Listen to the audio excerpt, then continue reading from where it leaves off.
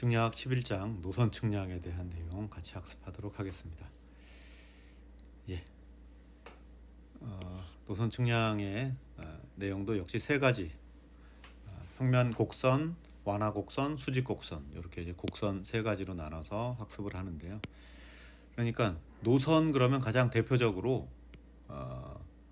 도로를 들 수가 있겠죠. 뭐 철도를 들 수가 있습니다. 도로나 철도가 가장 대표적인 노선이 되겠죠. 그래서 루트 서베잉이라고 얘기하거든요. 루트, 어떤 경로를 확인하고 그 경로를 정확하게 이제 표시해 주는 그런 내용이 되는 겁니다. 그런데 이 경로라고 하는 게 우리나라는 뭐 산악 지역으로 산악 지역이다라고 얘기하기는 좀 그렇지만 아무튼 산지가 굉장히 많아요. 그래서 그 산을 뭐 피해 가거나 뭐 뚫고 가거나 여러 가지 이제 터널을 뚫을 수도 있고, 그래서 직선적인 그러한 형태의 도로가 많지 않습니다. 근데 사실 곡선을 이렇게 크게 무슨 곡선 이렇게 표시를 했잖아요. 평면은 지금 위에서 아래를 내려다봤다라는 겁니다. 위에서 아래를 조망했을 때 어떤 곡선을 그릴 거냐. 근데 완화 곡선도 평면 곡선의 일종이다라고 볼 수가 있어요. 근데 이렇게 굳이 구분하는 거는 평면 곡선은 원으로 일반적으로 설치하는 곡선이 되고, 완화 곡선은 원이 아닌 뭐 3차 포물선이나 혹은 클로소이드 같은 램니스케이트나 클로소이드 같은 그런 특수한 곡선이 설치가 되죠. 원의 성질은 사실은 반지름이 있고요. 어떤 위치에서 반지름이 있고 그 반지름을 통해서 이렇게 일정한 궤적을 이렇게 이루는, 동일한 궤적, 다 반지름이 동일하겠죠. 그래서 원의 경우는 반지름이 얼마냐라고 하는 이 부분이 결정이 되면 되는데, 그 외에 다른 것들은 반지름과 또 주변 XY 관계, 3차 포물선이면 3차 함수 가지고 계산이 되겠죠. 그렇죠? 그런 형태가 좀 달라지는 거고, 수직 곡선이라고 하는 거는 위에서 아래를 보는 것이 아니라 옆에서, 도로의 옆부분에서 그 옆에 단면을 조망하는 거죠. 옆부분을 조망하는 겁니다. 한쪽 옆에서 다른 쪽 옆을 보는 그러한 형태가 되는 거죠. 그래서 평면 곡선과 수직 곡선은 시점과 관점의 차이가 있고, 완화 곡선과 평면 곡선 같은 경우는 어떤 곡선을 설치할 거냐라고 하는 그런 부분에서 차이가 있다라는 걸 볼 수가 있는데, 그러면 노선 측량 그래놓고는 전체가 다 곡선만 얘기하다 끝나는 거죠. 직선 부분은 어때요? 직선으로 가다가 곡선이 설치가 되면 직선의 시점과 직선의 종점은 그냥 A점과 B점이었다라고 하면 A점과 B점의 XY 좌표만 있으면 이 곡선 설치하는데 아무 문제가 없죠. 그렇죠? 중간에 장애물이 있으면 피해가는 것이 아니라 뚫고 가면 되는 거고요. 그렇죠? 그래놓고 곡선을 설치하면 이 곡선 시점과 곡선 종점이 어디냐, 그러면 반지름이 달라짐에 따라서 곡선이 이렇게 그려질 수도 있고 혹은 더 이렇게 그려질 수도 있지 않겠습니까? 그래서 어느 방향으로 향하는 거냐라는 거와 그다음에 곡선 종점도 이렇게 됐다라고 한다면, 그러면 교점이 존재하고 그 교점과 곡선의 시종점과의 관계에 따라서, 그리고 또 반지름이 얼마가 있느냐라고 하는 교각과 반지름과의 관계, 이런 것들을 우리가 잘 규명을 하다 보면 곡선을 설치할 수가 있게 되는 거죠. 그러니까 우리가 필요한 노선은 이런 식으로 이렇게 가다가 여기서부터는 곡선으로 가다가 여기서부터는 다시 직선으로 가는 이러한 형태가 도로의 연장이 되는 거죠. 도로 요만큼 노란색 부분이 도로의 총 연장이 얼마냐, 그럼 요걸 구하게 되는 겁니다. 그렇죠? 그런 내용들을 통해서 직선 구간은 손쉽게 구할 수가 있다. 직선은 손쉽게 구할 수가 있으나 나머지 곡선들은 그냥 손쉽게 구하기가 어렵기 때문에 거기에 대한 재원을 우리가 학습을 하게 되는 거죠. 그래서 기본적인 내용은 목차에서 좀 다뤄보도록 하고, 평면 곡선의 설치 과정, 그래서 지금 방금 그림을 그렸던 이 내용을 우리가 잘 이해를 하면 설치 과정을 잘 이해할 수 있는 게 되는 거고요. 클로소이드라고 하는 것은 도로부에 설치하는 완화 곡선을 일반적으로 클로소이드라고 합니다. 3차 포물선은요, 철도에 설치하는 완화 곡선을 말하게 되겠죠.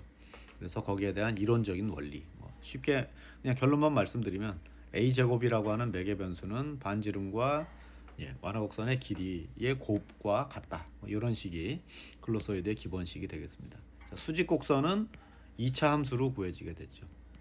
도로의 경우는 2차 포물선으로 구해지게 되겠고요.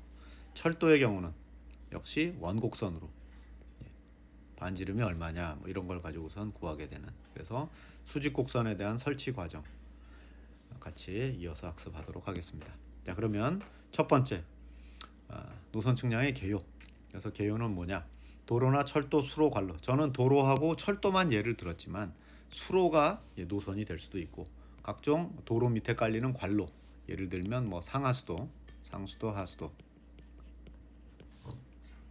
뭐 전기 전선도 있을 수가 있게 되겠고요.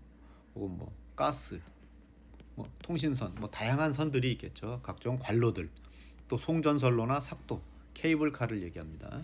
케이블카 등과 같이 폭은 좁고 거리는 긴 장거리에 걸쳐 건설되는 시설의 계획과 공사를 위해서 수행하는 측량을 우리는 루트 서베잉, 노선 측량이라고 한다. 골격 측정 후에, 그러니까 이 골격을 우리가 기준점 측량, 기초 측량 이렇게 얘기했었고요. 그걸 통해 노선의 중심을 연결하고 거기에 대해서 노선을 측설을 하는 겁니다. 그러니까 도로가 뭐 20m 폭의 도로다, 뭐 30m 폭의 도로다 그래도 그 20m의 20m의 중심선을 기준으로 좌측, 우측 각각 10m, 10m 합하면 20이 되는 거죠. 그래서 도로의 좌우측 그리고 그 이전에 도로 중심선을 따라 노선이 어떻게 형성이 되느냐. 그러면 거기에서 뭐 10m 오른쪽으로 10m 왼쪽으로 이렇게 곡선이 이렇게 이제 들어가는. 제일 중요한 건 뭐냐면 그 중간에 중심선이 어디를 향하느냐. 그래서 중심선의 위치를 결정하는 게 중요한 내용이 되겠습니다. 그리고 중심선을 따라 종 횡단 측량. 빨간색으로 이렇게 이제 섹션을 대략 20m마다 섹션 측점을 이제 끊게 된다라고 한다면 그 20m마다 측점이 어떤 높이의 변화를 보이고 거기에 대해서 계획고를 어떻게 형성할 거냐 이런 등등을 표시하는 도면을 종 단면도라고 하죠. 횡단면도는 거기에 대해서 이제 직각 방향으로 노선의 중심선에 대한 직각 방향으로 단면을 이제 뜨게 되는 거죠. 그래서 종단 횡단면도를 측량을 해서 노선의 경사와 계획고에 따라 토곡량을 산출한다. 토곡량 V는 면적에다가 높이에 대한 값. 사실은 근데 여기에서는 양단면 평균법을 쓰게 되겠죠. 단면에 대한 처음 단면에 대한 토량, 그러니까 절토 면적 혹은 성토 면적과 그 다음 단면의 절토 면적, 성토 면적 요만큼에 대한 직선적인 변화, 선형적인 변화를 보인다라고 해서 평균 면적은 A1과 A2를 둘로 나눈 다음에 거기에다가 거리를 곱하게 되면 평균 면적에 거리를 곱하게 되면 토곡량이 나오게 되는 거죠. 그래서 두 단면 사이에 단면을 평균을 해서 그 사이에 거리를 곱해주면 토량이 계산이 된다라고 하는 양단면 평균법을 사용하게 되고 평판이나 시거, 지거에 의해서 종횡단 측량, 아울러 구조물의 위치나 노선 경계를 결정하는 측량도 노선 측량이라고 합니다. 근데 뭐 평판, 시거 이거 다 구닥다리 측량입니다. 지금 하지도 않죠. 그래서 개요를 보면 제일 먼저 도상 계획을 하고 답사 및 예측, 그다음에 도상 선정, 실측, 공사 측량. 근데 이제 도상의 선정에서 가능한 직선으로 노선을 만들고 또 완만한 경사를 만들어주고 또 이제 중요한 건 요겁니다. 절성토가 균형을 이루도록 한다. 그래서 절토량이나 성토량이나 이런 것들이 서로 절토량과 성토량을 합하니 남는 게 없더라. 그러니까 절취한 흙이 더 크다 혹은 성토한 흙이 더 많다라는 얘기는 절토는 흙이 남는다는 얘기고 성토는 모자란다라는 얘기죠. 그러니까 흙을 남게도 하지 말고 모자라게도 하지 않도록 균형을 이루도록 한다. 그 얘기는 흙이 남으면 어때요? 갖다 버려야 되겠죠. 사토장이 필요합니다. 흙이 모자라면 흙을 갖고 사와야 되겠죠.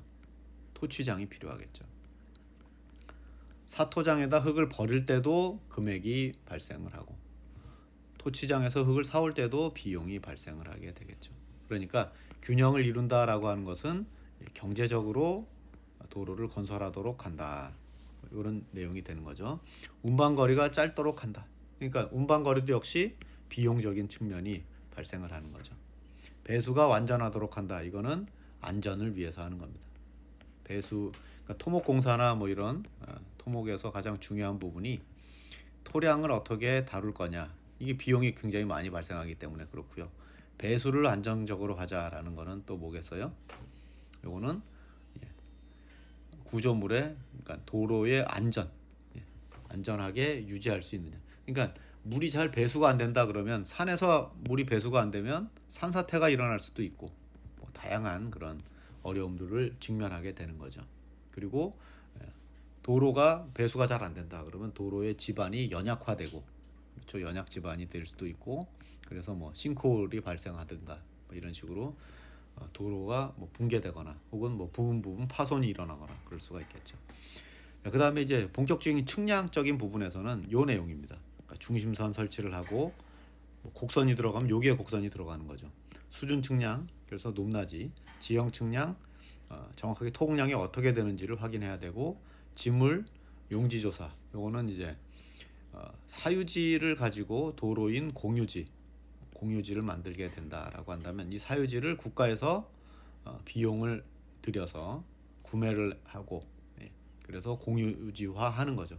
근데 얼만큼의 땅을 사야 되느냐, 사유지를 얼만큼 사야 되느냐라고 하는 그런 부분들을 조사를 해야 될 필요가 분명히 있습니다. 그 다음에 설계 및 제도, 그 다음에 공사 측량으로 마무리가 되는 거죠. 자, 순서를 살펴봤고요. 자, 실측에서는 처음에 중심선, 그래서 교점을 설치를 하고, 직선부에 대해서 중심 말뚝 20m마다 말뚝 1개 소씩을 설치를 하게 됩니다. 그 다음에 수준 측량은 중심선의 종단 방향에 따라 종단 20m마다 계획선을 결정을 하고, 그 중심선에 따라 또 횡단 측량을 합니다. 횡단 측량을 해서 토공량 산출을 하게 되겠죠. 그리고 지형 측량, 중심선 말뚝의 표고를 기준으로 해서 횡단 측량을 실시를 하게 되고요. 그 다음에 내업에서 평면도, 또 종횡단면도를 만들게 되겠죠. 간단하게 그냥 넘어갈게요. 그 다음에 이제 중요한 내용이 이 내용입니다. 곡선 설치법. 그래서 수평곡선, 원곡선과 뭐 번호가 바뀌질 않았네요. 완화곡선 이렇게 있겠죠. 자, 원곡선은 단곡선, 곡선 한 개로 설치되는 거냐, 또 곡선 여러 개로 설치되어 있는 거냐, 여러 개의 원곡선이 같이 연결이 되어 있느냐, 이렇게 원곡선이 수평곡선이 되고, 또 수평곡선, 평면곡선이라고 얘기했었죠. 앞에서는 수평곡선 혹은 평면곡선은 완화곡선, 철도의 경우는 3차 포물선, 도로의 경우는 클로소이드, 뭐 이게 고속도로가 됐든 뭐 일반 도로가 됐든 클로소이드. 램니스케이트라고 하는 거는 지하철, 그렇죠? 도심지의 철도, 그럴 땐 램니스케이트 커브를 쓰고, 또 고속철도에 쓰는 커브도 있습니다. 고속철도의 경우는 사인 체감 곡선 같은 거 씁니다. 사인 체감 곡선 이런 것들 쓰는데 다 중요치 않고요. 요 내용이 가장 중요하죠. 도로부에 어떤 완화 곡선을 설치할 거냐. 그다음에 이제 종곡선, 이거 수직곡선이라고 얘기했던 종곡선에서는 원곡선 철도부에서, 2차 포물선은 도로부에서 설치를 하게 됩니다. 그러니까 뒤에 뭐 얘기를 하겠지만, 복심곡선이라고 하는 것은 곡선 두 개가 이렇게 이어지면서 같은 방향으로 원의 중심이 있을 때, 반향곡선은 반대 방향으로 휘는, 그러니까 이제 이렇게 커브를 돌았다가 핸들을 다시 돌려야 되는, 배향곡선도 마찬가지고요. 배향곡선이나 이제 머리핀 곡선 뭐 같은 개념으로 보는 겁니다. 그러니까 머리핀이 이렇게 생겼죠. 확대를 해보면 이 머리핀이 이렇게 길게 돼 있고, 끝 부분이 이렇게 이제 고리가 이렇게 되어 있습니다. 그러니까 산을 이렇게 둘러 넘을 때 이렇게 곡선이 이렇게 바뀌었다가 계속해서 이제 바뀌는 그러한 형태, 머리핀 모양처럼 생겼다. 단곡선은 원곡선 하나로 설치하는 곡선이다, 이렇게 얘기했습니다. 그래서 이번 시간에 이제 제일 중요한 내용이 이 그림을 해석하는 겁니다. 그림을 해석해야 되는 거예요. 그림이 좀 제대로 그려진 그림은 아닌데, 자, 이렇게 G라고 하는 부분이 뭐냐면 노선의 시점, 비기닝 포인트입니다. H는 도로의 끝이니까 엔드 포인트가 되겠죠. 그렇게 해서 직선부로 이렇게 쓱 가다가 방향을 이렇게 가면 좋으나 방향이 이렇게 이제 바뀝니다. 방향이 바뀌어요. 그러면 일로 가던 방향과 또 일로 내려오던 방향이 어떤 교각을 이루게 되겠죠. 이 점은 교점이 되고요. 이건 교점이 되고 이렇게 I라고 하는 거는 교각이 되겠죠. 그래서 기본적으로 어떤 방향을 가다가 방향이 바뀝니다. 그러면 교각이 당연히 발생을 한다. 그러니까 진행하는 방향과 또 꺾여진 방향 사이의 사이각, 그것을 우리는 교각이라고 부르죠. 그리고 그 사이에다가 곡선을 만약에 이렇게 설치를 한다라고 해봅시다. 이렇게. 그러면 곡선의 시점에서부터 곡선의 종점까지 이렇게 뺑그르르 돌겠죠. 그래서 이 부분을 곡선의 시점 BC, 이 부분은 곡선의 종점 EC 이렇게 얘기하는 겁니다. BC와 EC. 그런데 지금 그림에서는 여기가 BC가 되고 A점이 B점이 EC가 됐죠. 그래서 커브가 이렇게 이제 돌아가고 있습니다.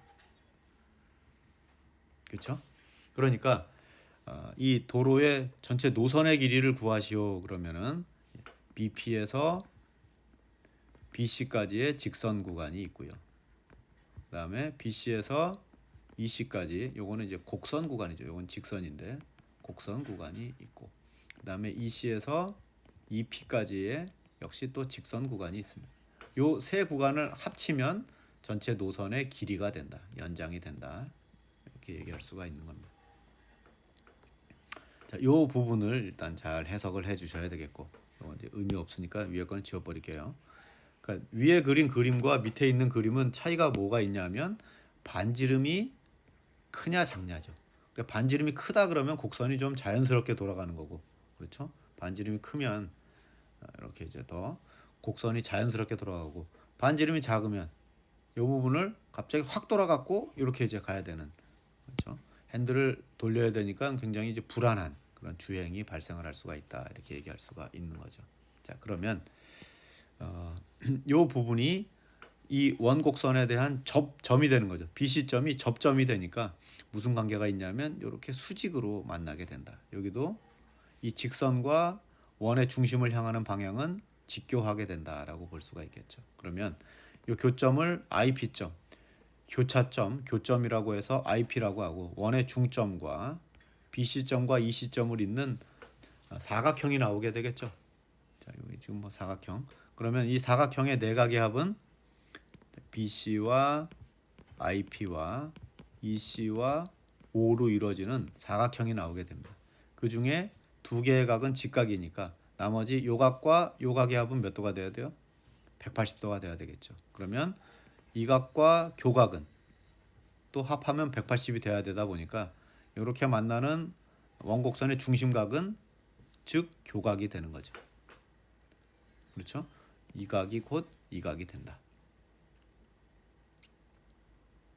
그러면 똑같은 원리로 요 각과 요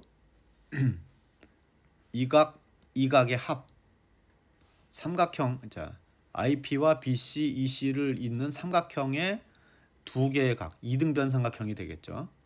양변이 이제 대칭이다라고 본다면 이등변 삼각형이 되고, 그다음에 요 각과 요 두 각의 합은 역시 180이 돼야 되니까 요 두 각은 교각의 반인 2분의 i가 되겠죠. 역시 요 각도 수직 이등분을 한다라고 한다면 이렇게 BC와 EC를 통해서 IP와 O가 수직 이등분이 되는 겁니다.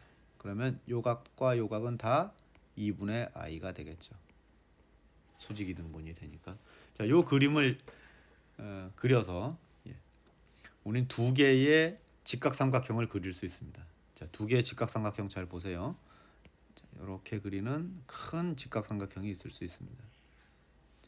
요 점과 이 점과 이 점. 자, 요 위에는 IP점이고 밑에는 BC점이고 여기는 O점입니다. 직각삼각형이면서 요 각은 2분의 i가 되겠죠. 어디가 반지름이에요? 여기가 밑변이 반지름이 되겠죠. 이렇게 그리는 큰 직각삼각형이 있을 수가 있고요. 또 이번에는 요 밑에 C점과 A 이렇게 그리는 직각삼각형이 또 있을 수가 있습니다. 요거 C점이라고 오른쪽으로 이렇게 돌리면 여기 수직 이등분 되니까 여기가 직각이 되고 이번에는 빗변이 반지름이 되면서 예, 여기는 BC점, 여기는 C점, 여기는 O점 이렇게 이제 그리는 직각삼각형 두 개를 그릴 수 있어요. 자 그때 그때 여기 TL이라고 써 있는 BC에서부터 IP까지의 직선 거리 혹은 EC에서부터 IP 대칭이다 보니까 IP에서 EC까지의 거리는 같은 TL이 됩니다. 그렇죠? 요거를 접선장이라고 불러요. 접선 길이. 그래서 여기서부터 여기까지가 접선장이 되겠죠. 그림으로 돌려 그린 거니까. 그래서 R분의 TL은 탄젠트 2분의 I가 됩니다. 그렇죠? 그래서 R이 이항이 되면 TL은 R 곱하기 탄젠트 2분의 I가 됩니다. 이거 쉽게 구할 수가 있겠죠. 자, 그 다음에 우리가 중요한 거는 노선의 연장에서 요 부분 있죠. BC에서 EC까지의 곡선 구간, BC에서 EC까지 이렇게 빨간색으로 돌아간 길이. 자, 그거를 원을 놓고 보면 원의 둘레는 얼마입니까? 원의 둘레 2파이 R이죠. 반지름이 R일 때 2파이 R입니다. 근데 지금 보면 교각 I일 때의 요 부채꼴에서의 요 호의 길이, 부채꼴에서의 요 호의 길이, 요거를 우리는 곡선 길이라 그래서 CL이라고 부릅니다. CL은 어떻게 구하냐면 2파이 R 중에 전체 360도 중에 I각만큼이 요 길이가 되겠죠. 전체 360도에 대해서 I각만큼이 요 호의 길이가 된다. 자, 그렇게 되면 2와 360 지우니까 180이 남고, 그래서 180도분의 파이 RI라고 써줄 수가 있겠죠. 요거는 도가 생략이 됐네요. 180도분의 180도분의 파이 RI. 그러면 I라는 게 교각이 되면 교각이 뭐 1도다, 뭐 5도다 그러면 도와 도가 지워지니까 뭐 어떤 단위만 남죠? 반지름에 해당하는 길이의 단위만 남게 되겠죠. 그렇죠? 그래서 180도분의 파이 RI라고 쓸 수가 있고, 요 180도분의 파이를 계산해 보면 0.01745 RI라고도 써줄 수가 있습니다. 요건데 근사값이니까 이렇게 쓰지 마시고 이렇게 기억을 하시면 좋겠네요. 180도분의 파이 RI로 계산해 주시면 됩니다.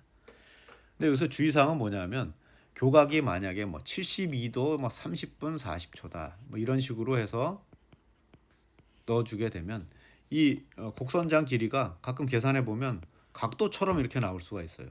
예? 계산해 보니 뭐 715도 36분 뭐 이런 식의 각도처럼 나올 수가 있습니다. 얘를 당연히 길이니까 길이의 단위로 환산해 줘야 되겠죠.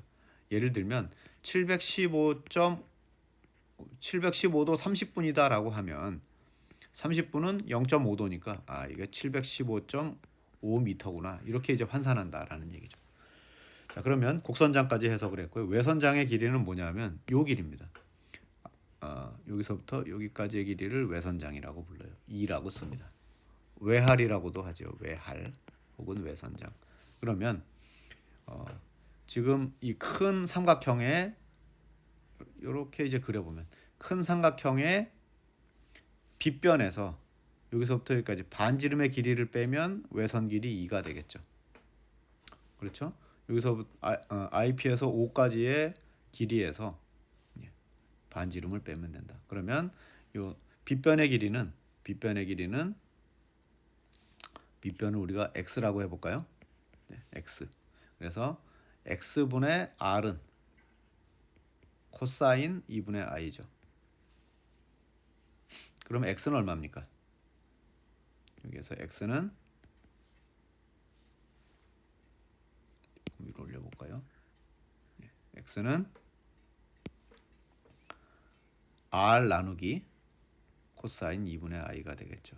근데 우리가 구하려고 하는 2는 어떻게 구한다 그랬냐면 그 x에서 반지름을 뺀다 그랬죠. 그러니까 x가 r 나누기 코사인 2분의 i였는데 거기서 r을 빼면 r 묶으면 첫 번째 항은 1 나누기 코사인 2분의 i가 되고 마이너스 1. 그래서 요 식이 r의 코사인의 역수니까 시컨트 2분의 i 마이너스 1 이렇게 이제 쓰게 되는 겁니다.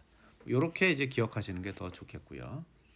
외선장, 외할은 이렇게 이제 구하게 되겠습니다. 그 다음에